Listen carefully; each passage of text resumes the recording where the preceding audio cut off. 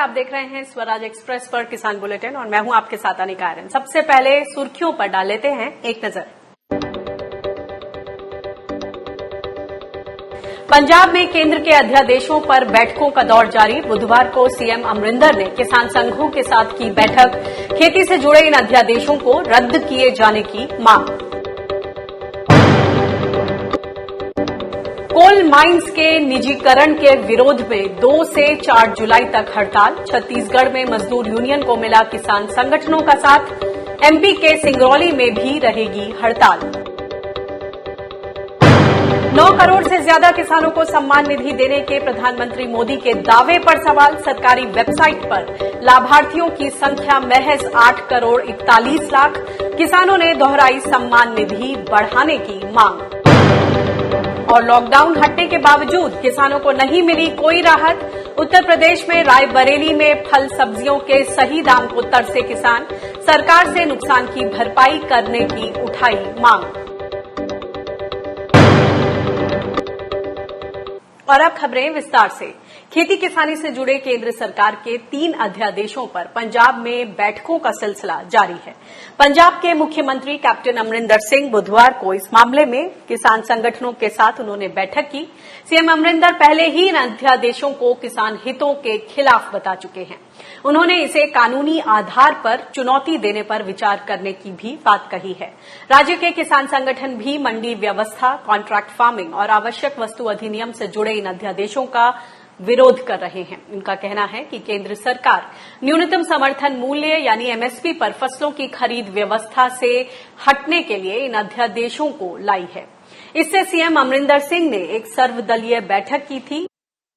केंद्र सरकार की तरफ से कृषि संबंधी लाए गए 3 अध्यादेशों के खिलाफ आज पंजाब के मुख्यमंत्री कैप्टन अमरिंदर सिंह की तरफ से वीडियो कॉन्फ्रेंसिंग कर जितनी भी पंजाब की प्रमुख जथेबंदियां हैं, किसान जथेबंदियां, उनसे चर्चा की गई और 15 के करीब जो किसान जथेबंदियां वीडियो कॉन्फ्रेंसिंग के जरिए इस चर्चा में शामिल हुई। उन्होंने मुख्य जो अपनी बात रखी वो ये रखी कि विधानसभा का एक विशेष सत्र बुलाया जाए और उस सत्र में इसकी चर्चा की जाए और ये जो अध्यादेश केंद्र सरकार लेकर आई है इसे खारिज किया जाए। तो ऐसे में पंजाब के मुख्यमंत्री की तरफ से आश्वासन दिया गया है। उनका ये कहना है कि जल्द ही विधानसभा का सत्र बुलाया जाएगा और इन अध्यादेशों पर विशेष रूप से चर्चा होगी। और मुख्यमंत्री पहले ही कह चुके हैं क्योंकि जो कृषि है, एग्रीकल्चर है, वो स्टेट का विषय है, इसमें केंद्र दखल नहीं दे सकती है। तो अब ये देखना होगा कि पंजाब के मुख्यमंत्री कितने जल्द विधानसभा का सत्र बुलाते हैं। साथ ही किसानों ने एक दूसरी मांग ये रखी है कि जो एग्रीकल्चर प्रोड्यूस मार्केटिंग कमेटी में संशोधन किया था पंजाब की कैप्टन सरकार ने, उसे भी रद्द किया जाए। तो अब ये देखना होगा कि पंजाब के मुख्यमंत्री इन दोनों मांगों को कितनी जल्दी मानते हैं। साथ ही एक प्रतिनिधि मंडल जल्द ही मुख्यमंत्री की अगुवाई में प्रधानमंत्री से भी मिलेगा और उनसे दरख्वास्त भी करेगा कि ये जो अध्यादेश लाए गए हैं ये किसान विरोधी हैं और इन्हें रद्द किया जाए। फिलहाल जो आज की बैठक थी उसमें ये बात मुख्य तौर से सामने आई है कि विधानसभा का सत्र पंजाब सरकार बुलाएगी, विशेष रूप से इस पर चर्चा होगी और माना जा रहा है कि जो अध्यादेश लाए गए हैं इन तीनों अध्यादेश को विधानसभा पर चर्चा के बाद रद्द किया जा सकता है। कैमरामैन शहद के साथ स्वराज एक्सप्रेस के लिए चंडीगढ़ से ईशा ठाकुर। प्रधानमंत्री नरेंद्र मोदी ने देश के 9 करोड़ से ज्यादा किसानों को 18,000 करोड़ रुपए देने का दावा किया है। 9 करोड़ से अधिक किसानों के बैंक खातों में 18,000 करोड़ रुपए जमा हुए हैं। लेकिन किसान सम्मान निधि योजना की आधिकारिक वेबसाइट कुछ अलग ही आंकड़े दिखा रही है। इसके मुताबिक इस साल 1 अप्रैल से 31 जुलाई के बीच सम्मान निधि पाने वाले लाभार्थियों की संख्या 8 करोड़ 41 लाख 54 हजार है। इसमें 23 लाख 54 हजार किसान तो ऐसे हैं जिनका इसी साल अप्रैल से अब तक की अवधि में रजिस्ट्रेशन हुआ है।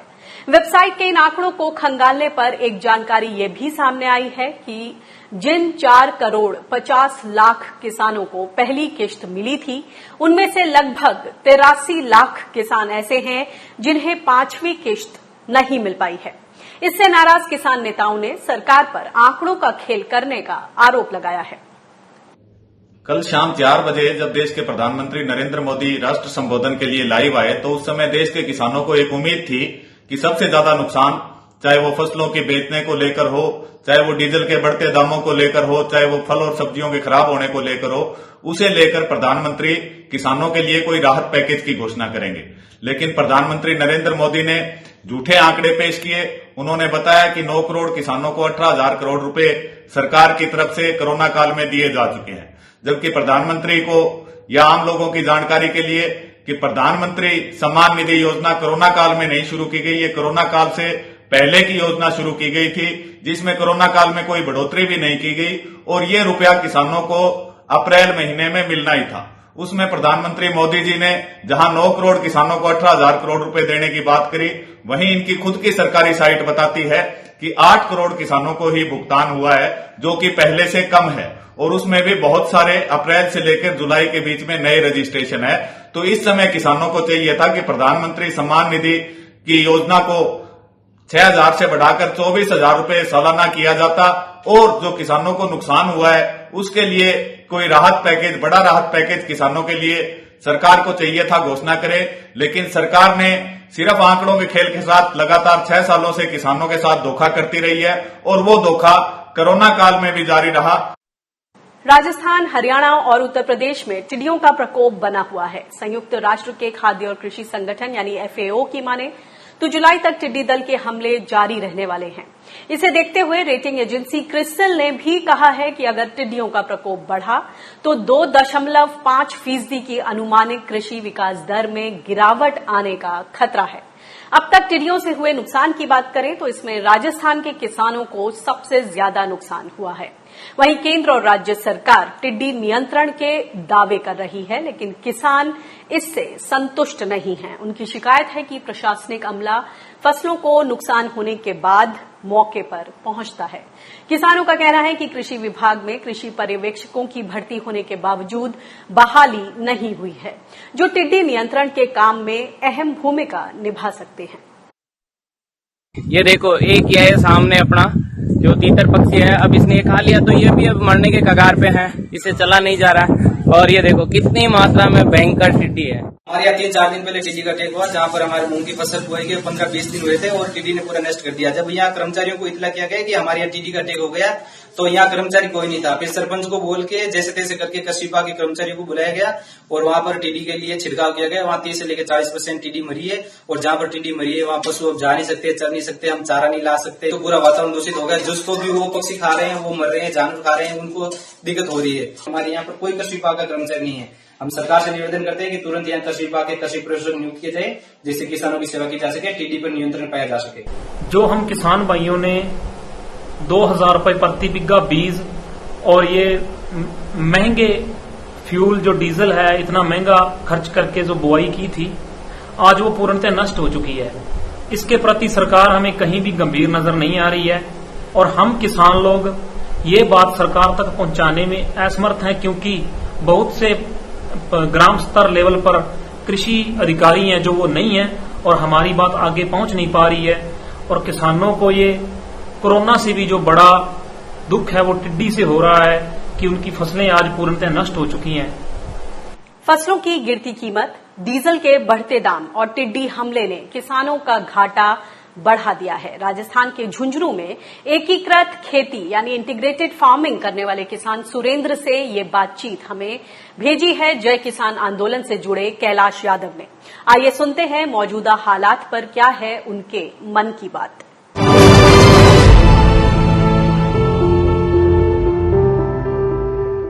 हमने जो ये डेयरी फार्म कर रखी है, लॉकडाउन के अंदर हमें इसमें बहुत नुकसान हुआ है जी।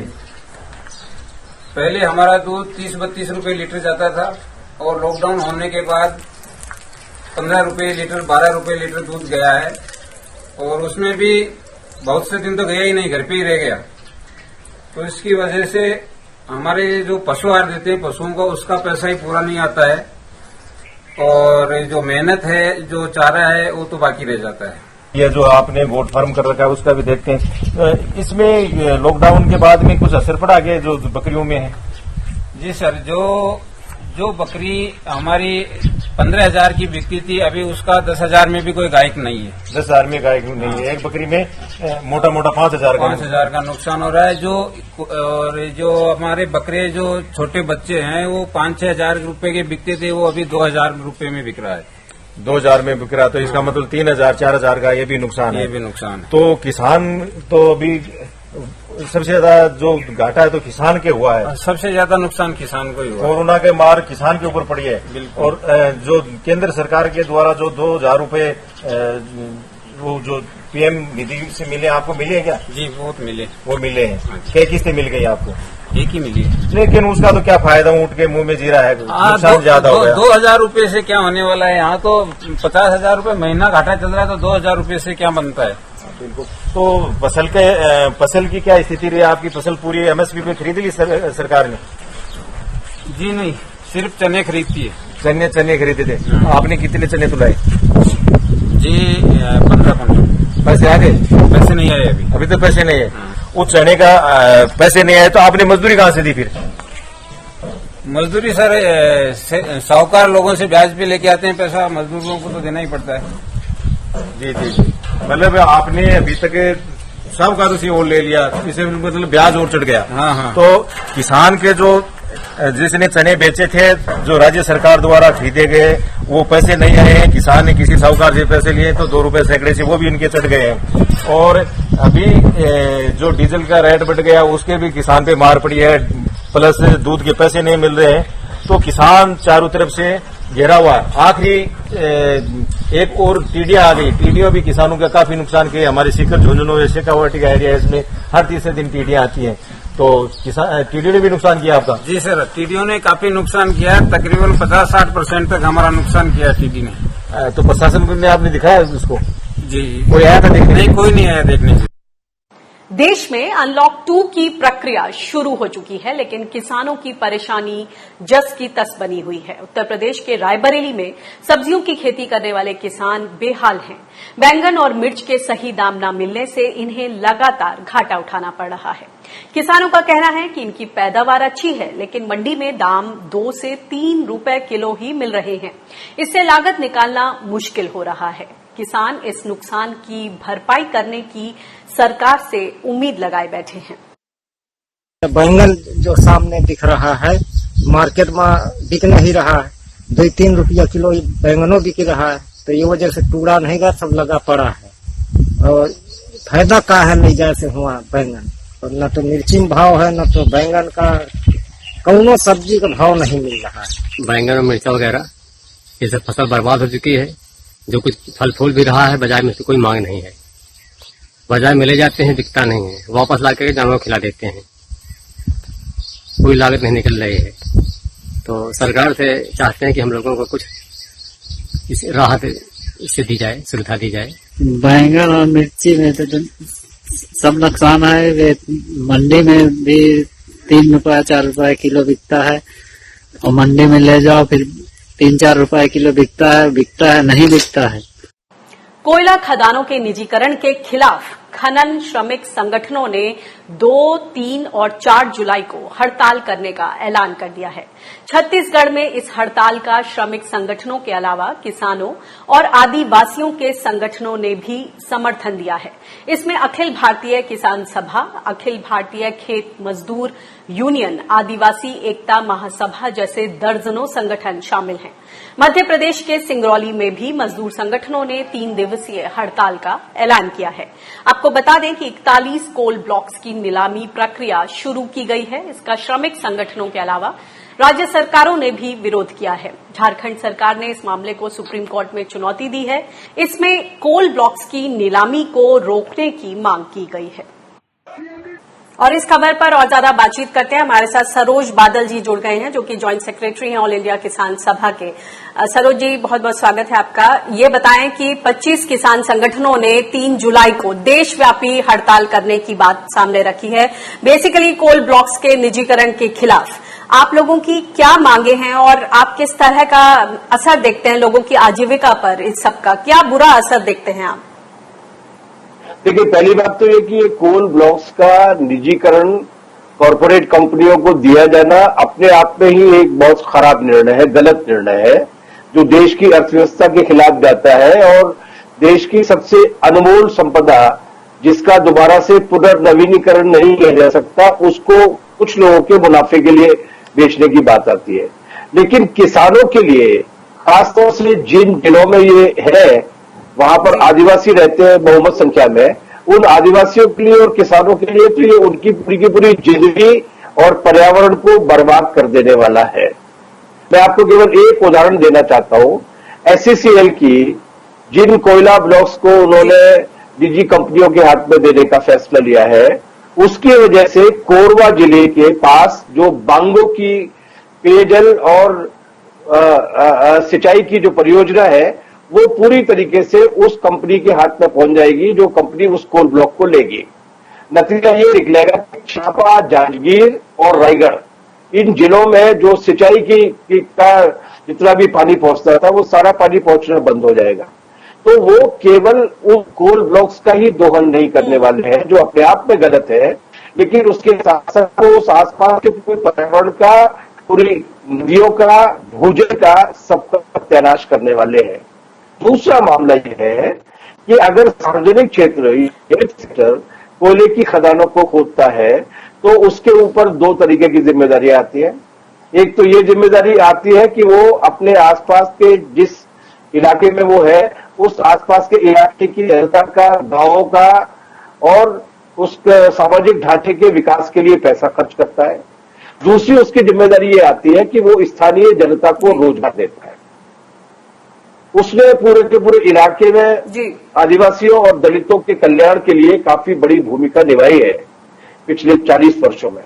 लेकिन जब ये निजी कंपनियां आती हैं, तो वो रोजगार देने के हिसाब से नहीं आती, वो बड़ी बड़ी मशीनों को लेकर आती है और जैसा कि हमारे यहाँ कहा जाता है कि वो भेड़िए की तरह कोयले को निकालने का काम करती है। भेड़िए के बारे में ये माना जाता है कि वो जितना उसको खाना होता है, उससे ज्यादा का विनाश करता है।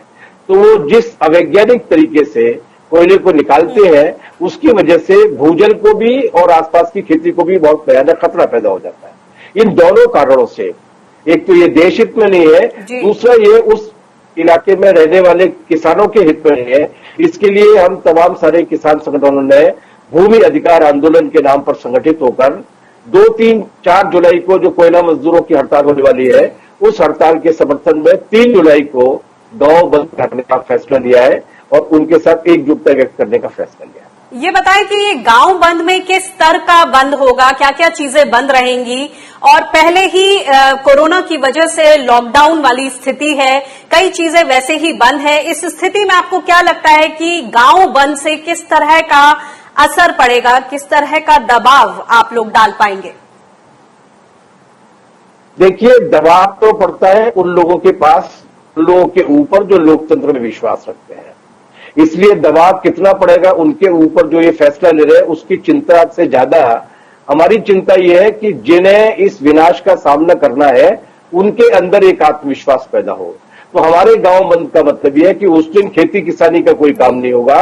उस दिन गांव के सारे वयस्क लोग आसपास में जहां भी प्रतिरोध की कार्रवाई, विरोध की कार्रवाई कोयला मजदूरों द्वारा की जा रही होगी, उस कार्रवाई के समर्थन में एकजुट होकर जुलूस बनाकर धरना देने के लिए पहुंचेंगे और उनका साथ देंगे। इसलिए हमारे लिए गांव बंद का मतलब है मजदूर के साथ उस इलाके के किसानों की एकजुटता को व्यक्त करना। जी, एक और बात बताएं कि एक तरफ विकास की बात है, दूसरी तरफ सीधे तौर पर लोगों की आजीविका का सवाल है, जैसे कि आपने बताया।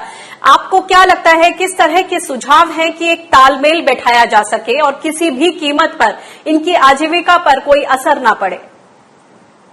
जहां तक विकास की बात है, उस विकास को करने की क्षमता कोल इंडिया लिमिटेड में है, जिसकी मालिक इस देश की सरकार है। उसको अगर ये सारे कोल ब्लॉक्स दिए जाते हैं, तो वो कोयले को भी निकालने का काम करेगी, उसके जरिए पर्यावरण को नुकसान न्यूनतम हो ये भी कोशिश करेगी और स्थानीय जनता को रोजगार देने का भी काम करेगी। इसलिए हम कोयला खोदे जाने के खिलाफ नहीं है, लेकिन वो जिन लोगों के हाथ से कराया जा रहा है, उनका ट्रैक रिकॉर्ड बहुत खराब है। उस ट्रैक रिकॉर्ड की वजह से 1971 में इस देश की सरकार ने कोयला उद्योग का राष्ट्रीयकरण करने का फैसला लिया था इसलिए हम कोयले निकाले जाने के खिलाफ नहीं है, बल्कि कोयले निकाले जाने का ठेका या जिम्मेदारी जिन लोगों को दी गई है उस प्रक्रिया के खिलाफ। बहुत बहुत शुक्रिया इस इनसाइट के लिए, थैंक यू। वन उपज की न्यूनतम समर्थन पर खरीद और इससे जुड़े आदिवासियों को भुगतान का मुद्दा इन दिनों सुर्खियों में बना हुआ है। बीजापुर में आदिवासियों के आंदोलन के बाद छत्तीसगढ़ सरकार ने तेंदू पत्ता इकट्ठा करने वाले आदिवासियों की मजदूरी नगद भुगतान करने का आदेश दे दिया है। इसमें नक्सल प्रभावित बीजापुर के अलावा सुकमा और दंतेवाड़ा जिले भी शामिल हैं। लेकिन कोरोना संकट के बीच इसे कैसे जमीन पर उतारा जाएगा, ये एक बहुत बड़ा सवाल है। इसके अलावा एक और मुद्दा है जो वनों पर निर्भर आबादी की मुश्किलें बढ़ा रहा है। अभी तेंदूपत्ता जैसे वन उपज उन पर 18% वस्तु और सेवा कर यानी जीएसटी वसूला जा रहा है। जानकार इसे वन अधिकार कानून 2006 के खिलाफ बता रहे हैं। उनका कहना है कि वन अधिकार कानून के तहत ग्राम सभाओं को वन उपज इकट्ठा करने और उन्हें बेचने का अधिकार है। इसमें राज्य सरकारों को वन उपज पर टैक्स या फिर शुल्क लगाने का कोई अधिकार नहीं दिया गया है। फिर भी सरकारें तेंदूपत्ता पर 18% जीएसटी वसूल रही हैं। इसके अलावा मध्य प्रदेश, छत्तीसगढ़ और ओडिशा सरकारों ने तेंदूपत्ते का नेशनलाइजेशन कर दिया है। नेशनलाइजेशन होने से पहले स्तर के संग्रहणकर्ता दूसरे व्यापारियों को वन उपज नहीं बेच सकते हैं, जबकि केंद्रीय जनजातीय मंत्रालय ने इसे गलत बता चुके हैं। और इस पर और ज्यादा बातचीत करने के लिए हमारे साथ चिट्टा रंजन पानी जुड़ गए हैं, जो कि रिसर्चर हैं और ट्राइबल कोऑर्डिनेटर हैं माइनर फॉरेस्ट प्रोड्यूस के लिए। ये भुवनेश्वर से हमारे साथ जुड़ गए हैं। आपका बहुत बहुत स्वागत है चिट्टा भाई। ये बताएं कि ये तेंदूपत्ते को लेकर जिस तरह का विरोध प्रदर्शन किया किसानों ने छत्तीसगढ़ में, ट्राइबल किसानों ने, और अब बोला गया कुछ 3 इलाकों में, दांतेवाड़ा, सुकमा में और बीजापुर में, कि इनको नगद भुगतान कर दिया जाएगा, क्योंकि यहां पर लोग काफी लंबे समय से डीबीटी का विरोध कर रहे थे, चाहते थे कि उनके हाथ में सीधे पैसे मिले। अब जो ये नगद भुगतान की व्यवस्था है, ये कितनी अच्छी रहेगी, कितनी दुरुस्त रहेगी? इससे किसानों को अंततः अपने जो तेंदूपत्ता है और माइनर फॉरेस्ट प्रोड्यूस है उसका सही भाव मिलेगा या नहीं? Thank you. देखिए कि ये जो डायरेक्ट बैंक ट्रांसपोर्ट सिस्टम है, ये तो एक बहुत ही अच्छा सिस्टम है, क्योंकि उस पे आपको पता चलेगा कि किसके पास, किसके अकाउंट में कितना पैसा गया है। तो ट्रांसपेरेंसी को मेंटेन करने के लिए ये सरकार का एक बहुत ही मैं ये कहूंगा कि this is one of the good step. लेकिन हम जब भी आदिवासी की बात करते हैं और जो तेंदूपत्ता तोड़ते हैं, और जो आप जैसे बताए कि दंतेवाड़ा और जैसे आप बीजापुर की बात कर रहे थे, तो वहीं पे बैंकिंग सिस्टम नहीं है। अगर किसी का अगर बैंक का अकाउंट भी होगा तो उसको 50 से 60 किलोमीटर आना पड़ेगा 2-2.5 हजार या 3 हजार पैसा उठाने के लिए। तो डायरेक्ट बैंक ट्रांसफर से तो एक तरफ से आप ट्रांसपेरेंसी और करप्शन को आप रोक सकते हैं, लेकिन अभी जो कोरोना का टाइम है और जैसे बहुत सारे आदिवासियों के पास बैंक के खाता नहीं है, तो अगर आए तो क्या करेंगे? और आप और एक चीज आप देख सकते हैं कि जो भी आदिवासी इलाका है, तो वहाँ पे जो ब्रांचेस है, स्टेट बैंक ऑफ इंडिया का हो या और कोई भी दूसरे बैंक का हो, तो वहाँ से 1 लाख या 2 लाख से ज्यादा पैसा आप उठा भी नहीं पाएंगे। तो मान लीजिए कि 10-12 लोग आ गए 50-60 किलोमीटर, अभी तो ट्रांसपोर्टेशन भी नहीं है, मान लीजिए कोई गाड़ी हायर करके भी आ गए, और जब बैंक में आएंगे ब्रांच मैनेजर बोलेगा कि हमारे पास पैसा नहीं है, आप 15 दिन के बाद आइए।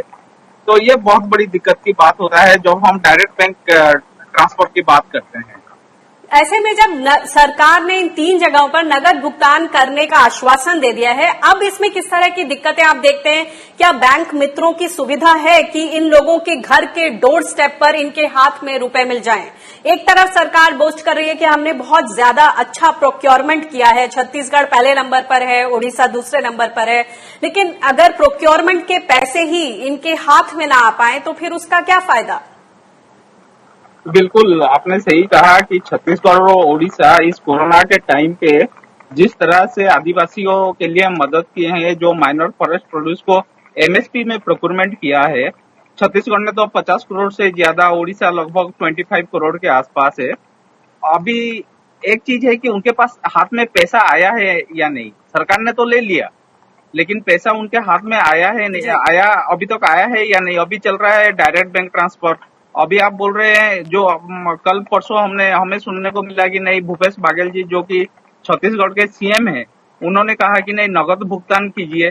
अभी नगद भुगतान करने के लिए सरकार के पास या डिस्ट्रिक्ट एडमिनिस्ट्रेशन के पास क्या मोडुस ऑपरेंडिस है? जो भी हम बोल रहे हैं कि बैंक सखी या बैंक कॉरेस्पोंडेंट वो कितने हैं?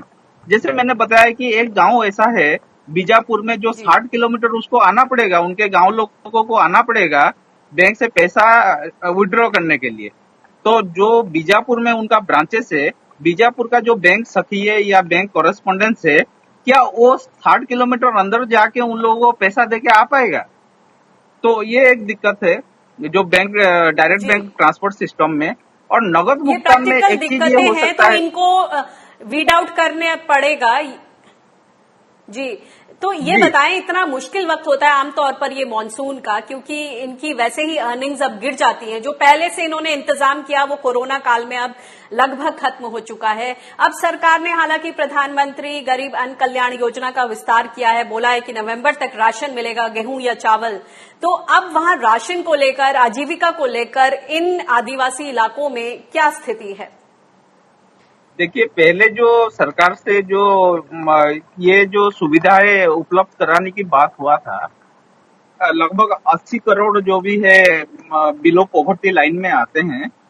अभी अगर आप देखेंगे तो बहुत सारे आदिवासी इलाकों में ये सरकार की सुविधा अभी तक पहुंचा नहीं है। अब कल सरकार ने बोल दिया कि नहीं नवंबर तक वो करेंगे। तो पर हेड जो है कि 5 किलो का चावल या गेहूं और पर हाउस होल्ड को दाल 1 केजी दाल देना है। तो अभी जो नेशनल फूड सिक्योरिटी एक्ट में जो लोग भी हैं, पहले तो उनके पास पहुंचा नहीं है ये चीज। अभी फिर से नवंबर तक बोल दिया कि नहीं हम लोग देंगे, तो देंगे कैसे? अगर अभी फिर से वही बात आ गया कि जो तेंदुपत्ता जो तोड़ने वाले हैं उनको अगर बैंक में हम दे सकते हैं, लेकिन बैंकिंग सिस्टम उनके पास पहुंचा नहीं है। अभी बोल रहे हैं कि नहीं नगद भुगतान करेंगे, तो कैसे जाएंगे जी? दिक्कत यह है कि उनके पास पहुंचेंगे कैसे, कौन पहुंचेगा? वो जो पंचायत रिप्रेजेंटेटिव है, गांव का जो सरकारी जो भी स्टाफ है, वो निचले हिस्से में जो काम कर रहा है वो कैसे पहुंचेगा? ये तो ठीक है कि आपने डिक्लेयर कर दिया हम नवंबर तक, लेकिन अभी तक जो पहले आपने डिक्लेयर किया था मार्च एंड में, वो तो अभी वही नहीं मिला जी। बहुत बहुत शुक्रिया इस इनसाइट के लिए। तो चिट्टा भाई ये बताते हुए कि तमाम प्रैक्टिकल दिक्कतें हैं, हालांकि कुछ अच्छा डिसीजंस लिए गए हैं, लेकिन इस फ्रंट पर इन प्रैक्टिकल दिक्कतों को दूर करने पर ध्यान देना होगा। बहुत बहुत शुक्रिया इस बातचीत के लिए। और इसी के साथ किसान बुलेटिन में फिलहाल इतना ही। देश दुनिया की ताजा तरीन खबरों के लिए आप बने रहिए स्वराज एक्सप्रेस के साथ। मुझे दीजिए इजाजत, नमस्कार।